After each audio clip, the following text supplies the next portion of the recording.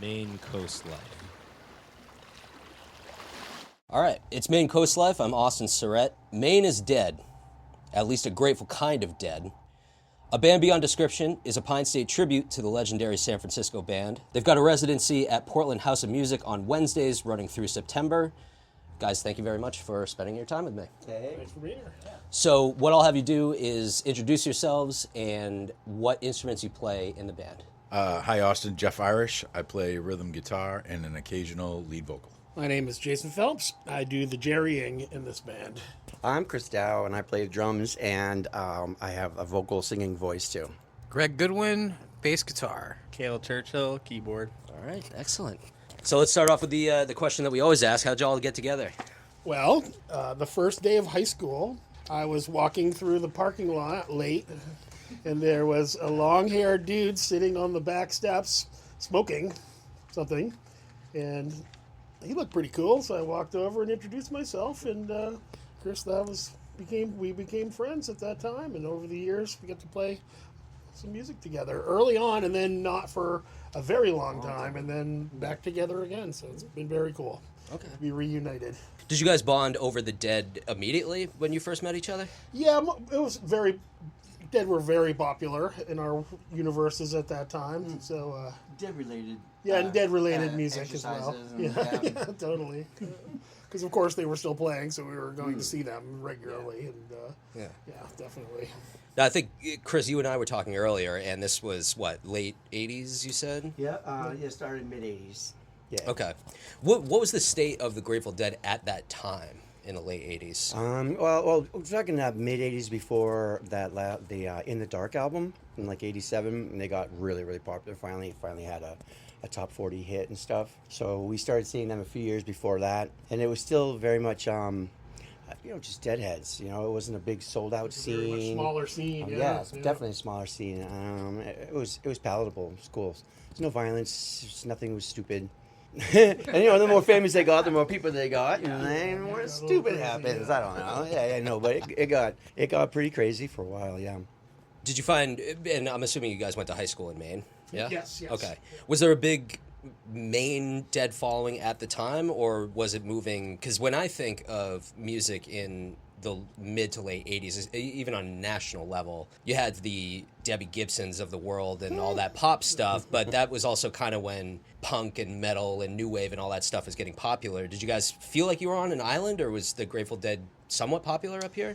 I think they were definitely popular because they were active and playing, but I think people were listening to all kinds of stuff though. So it wasn't, at least in our circle, I'm from Pownell, Maine, which is a very rural place, and I went to high school in Cumberland, and so in Cumberland we met lots of people. I met a lot of people who were not like me, who were people from Cumberland Forsyth, and just people that listened to different things, and people were very open to pretty much up to most music, so people were just into music in our world, but Grateful Dead was definitely something everybody bonded. The Dead loved playing in Maine.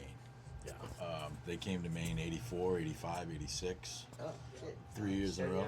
88. I mean, so, there were definitely a lot of folks from our local community that were going to, 84, 85, 86, all those Portland shows and that kind of stuff. Yeah, I think in the Dark, kind of, that's when they really blew up, and it got kind of started to get sort of stupid going to the shows, In the Dark record, that when you'd go to see the shows, then it was, you could tell it was just the wave had sort of changed, crowds were a lot younger, and there was a shift musically too. Much bigger venues as well. Bigger venues, the music, the whole music scene as a whole, there was a shift with Ticketmaster, and like the whole buying tickets changed. There was so we were mail order, tickets, we would stand in line and wait for the tickets to come out and mail order. I mean, that was like the norm.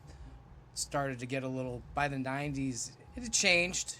There were glimmers of good shows and stuff, but I think for the most part, everybody here feels like it changed. So,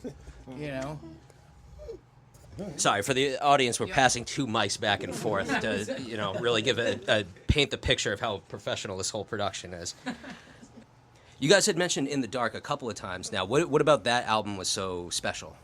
That was the number one hit with Touch of Grey and a video, and that just brought a whole new, an enormous new wave of fans. And plus, too, they were having kind of a renaissance. You know, Gary Garcia had his coma in '86. It didn't play for a good long time, and coming out of that, they were just a way better band. And the shows in the '87 and '88, I mean, they were on fire a lot of the time. So it was prime time to be seeing them. And then it just exploded with Touch of Grey and the video for Hell in a Bucket and all that stuff. I remember watching them on the Today Show as when I was a kid. You know, I was like, whoa, this is really weird. David Letterman, seeing you know. Yeah, playing on Letterman. Yeah. Oh, they were always on Letterman, yeah. You could somewhat blame it on MTV, For sure, yeah. Right. Yeah. whole video craze. So they jumped on that bandwagon. Somehow. They finally made good money, so that's cool. After what? Probably 22 2 years at that point or whatever? Never Yeah. One of the funniest interviews I've ever seen with Jerry and Bob was, somebody asked them, well, you guys finally made it, and they looked at each other like, oh, hey, great, hey, we made it. That's And fantastic. in their minds, they didn't really care what was going on. They just wanted to play. So going back to you guys then, so how did you officially get together and start playing shows, and what were some of those early shows like? Well, there were a few, even in high school, there were a variety of bands that were kind of, Grateful Dead adjacent. We were all playing music together, and then, several of us have been gone on to be professional musicians right through our lifetime. I was in a bluegrass band called the Turks of Grass and played a ton of shows around here. We did pretty well for ourselves, and Chris was in Gypsy Tailwind, and he played a lot of music around, and in Elderberry Jam before that, and so we definitely just kept doing our thing, that's for sure. And when would we kind of start? How long has it been now that we've been back together, kind of playing Yeah, together? us, it's been like 8 years. Yeah. So, Band Beyond Description's been around since 2000, and we've been in the Portland scene since 2001.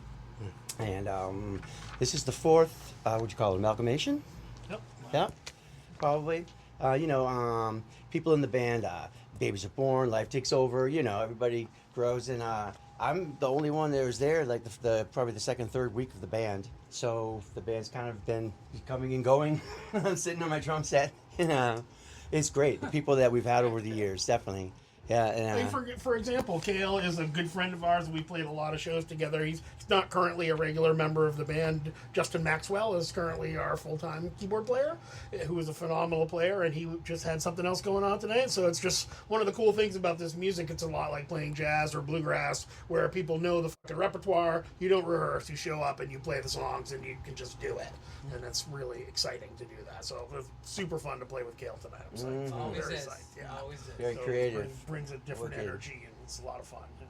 It's interesting to see so many dedicated Dead projects, especially up here, but even in spots like Newmarket, New Hampshire, Portsmouth, New Hampshire, Incredible, Burlington. isn't it? That people are just starving for this music, man, and people really support it. Yeah. I mean, it's Wednesday night, $15, and people come out here. Our fans really support the music, and it's been fantastic. It's really fantastic. So, kind of going back to what Jeff had mentioned earlier, what do you guys attribute to the interest in the Dead specifically in New England? Do you see an association between those two? Oh, that's a good question. The Dead and skiing. No, I don't know. Rural, I have no idea, because they're incredibly Americana, They're like Maybe every just form play- of American music. Yeah, they've played so many different venues all over New England. They've touched every state, many places, So I think it's just really a product of that. Just Yeah. people going and being part of the experience. In every city and town, there's a Dead band. There's always there's been for yeah. 40 years, whatever, 30 years, and You It's- go to it's Florida, fun. You go Now to there's Texas, now you go there's to Iowa. there's 10 I mean, instead of one. now there's 10 instead of 2. Yeah. It used to be like a Band Beyond Description that is from a lyric of Grateful Dead song. So Dead bands in America usually name themselves after something from the Grateful Dead universe, a lyric or a piece of a picture or something. Yeah. So if you go to a different town and you see, a Band Beyond Description, you're going to know it's a Dead band. You don't even need to see totally. It's just really fun it's a Deadhead thing. Yeah, and everybody has their different take on it. and even in the kind of the bigger sphere of bands like J-Rad, like Joe Russo's Almost Dead, that like they're doing their whole own thing on it. They're really rocking and rolling it up, and that I think that's really cool, and a lot of people are really into that. And I would not call us purists in any way, but I do think that there is an aspect of the music that we touch upon that some other bands do not touch upon. That is means a lot to people. That's very endearing to them, and I don't know exactly what that is. I think it's some of those half-step bends, really, is what it is. but there, like I don't know. There's some really, really subtle little details that, especially for the guitar stuff, that I try to always get in there because they trigger those memories for people, and that's what's happening here. They're not even listening to us play; like they are. I didn't mean either, really. I mean, it's you know what I'm saying. It's like autopilot. Like we're all just kind of there, and it's just happening, and it's a really cool feeling. Yeah. So just to expand on that too, with all due respect to the other Dead tribute bands that are around here, what does make you guys unique? Yeah, I don't know. I just think we have our own approach to it, and I think we're adventurous and respectful at the same time, I feel like we play without a net, man. We definitely do. Like, we don't know. We really don't know what we're gonna do next, right? Until we're like on the stage and we're guitars. Yeah, there's in no hand. set list. There's or no anything set like list. that, We're just kind of. We're kind of. I would use the term winging it loosely. But we're kind of winging it in a way, like We're supposed to. Don't. Free improvisation. And that's kind of the way that the Dead would do it too. Yeah. So I think that's kind of more where the approach maybe is.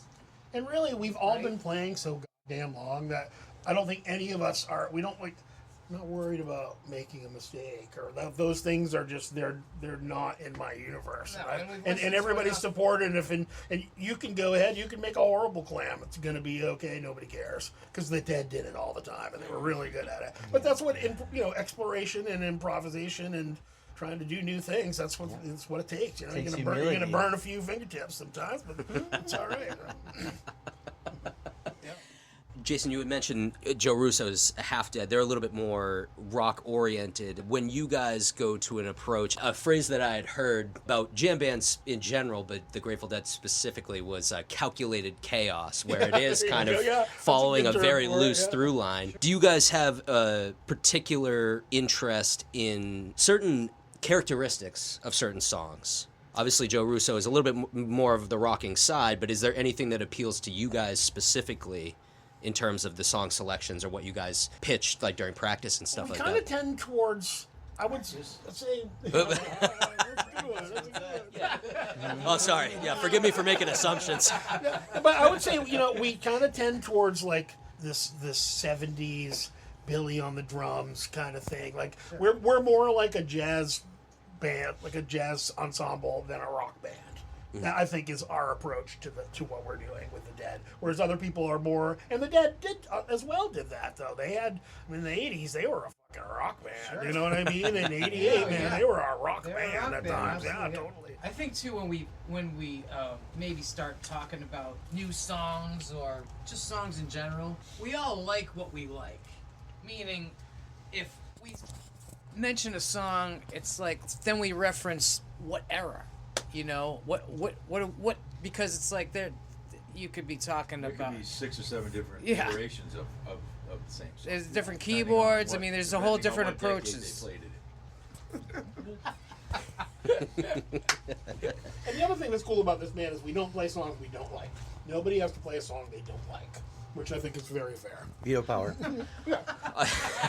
You can say no, but you need to come up with a song though. Oh, that's fair. Okay, so you gotta come up with something instead. In addition to the rules of no practicing, there's also if you veto a song, you have to come up with another one. Okay, I don't want to do it. I like that philosophy. So for you guys personally, how do you guys keep the songs fresh? Not even just for the fact that the Dead have been around for, 60 years at this point. It's this guy right here. Russ is the mood setter, man. And And I think we go out of our way to play these songs wildly differently at times, you know? Yeah, we all do. Yeah. See what happens. A lot like they did, too. Or there's also, hey, check this out. We'll send around a link to a really cool version of something on the show. And just kind of listen to it and just let it absorb into your pool of licks and phrases and things that they do, you know? Yeah. So you guys will actively go into their concert catalog and research we'll the be ways like, that let's the start playing this interpretations. song, or start playing this song again. Here's a really cool version of it, or here's a couple cool versions Yeah. of it. And we'll, Yeah, we have to know which year, because like in 72 there might be a different chord progression in the chorus area than in 74. different Yeah. keys sometimes. It's fun to talk about. This is where like speed, real too, deadheads like- really get into it. You know, of the way the speed of the play of the songs. I mean, that is everything. Everything. You know, so our drummer here, well, that's pretty much how we. It's you know, if we start off slow, it's gonna be like that. So you know, it's. I mean, there's the slow version of Friend of the Devil, and there's the fast version of Friend of the Devil. You know, I mean, With a it's bunch of kind those, of yeah. I mean, so All right. One last question, and this is going to be for all 5 of you guys. So again, we'll have to do this pass the mic thing one more time. You make me start. Okay. Yeah. What's the one Dead song that you wish that you had wrote? Ooh. Not necessarily your favorite or anything like Right, that, but which right. one? Yeah. The greatest story. Is that yours? Greatest story ever told. Yeah. It must have been the Roses for me. Yeah. It's kind of tough. tough one. Think about it. Cumberland Mine. Yeah, some of those, yeah. Cumberland Blues, yes. I mean, I have two, probably Bird Song and Broke Down Palace. So it's a coin toss at that point. Coin toss, yeah. Comes the time. Oh, nice bowl. Great choice. Yeah. Excellent. Yeah, so we do play both kinds of music, by the way. We play Grateful Dead and Jerry Garcia band. So. Oh, okay. Well, I'll Very tell you. diverse. Yeah, that's a whole separate interview. We could just get into just straight Jerry stuff this And entire time. any tune that they ever covered is legal. We don't play tunes that they never played, but if they ever played a song, even if they only played it once, we will play that song. So. Which is gives you a pretty massive I mean, we catalog to haven't choose played from. like you know? Satisfaction yet. No, I haven't gone there yet. No. We haven't gotten there yet. Or The Who. Or any of that other shit they were doing. No. La Bamba. You know. Oh, I didn't care for the La Bamba. You know, I didn't care for that. You know. Cheese. But the biggest thing though, Summer in the if you want to rain. know what this band is all about, it's about having a good fucking time. We have the best time. I'm like I'm like 50. I'm gonna be 56 Friday. I'm an old curmudgeon. Every night before the gig, I'm like, oh god, I gotta go. I don't know if I can do this anymore. And then I get here and I have the fucking time of my life. But it really is. When I started playing, kind of filling in at first, all that time ago, I would never have believed to still be here 9 years later and having as much. I feel like we're having more fun than ever, you know. So it's pretty lucky, pretty good spot to be, you know. Yeah. Yeah, and I'm looking forward to seeing you guys live. We're here in the green room at Portland House of Music. This is Maine Coast Life. Thank you guys very much. Thank you very much. Appreciate It's it. our pleasure, Nice to Austin. meet you. Thanks, brother.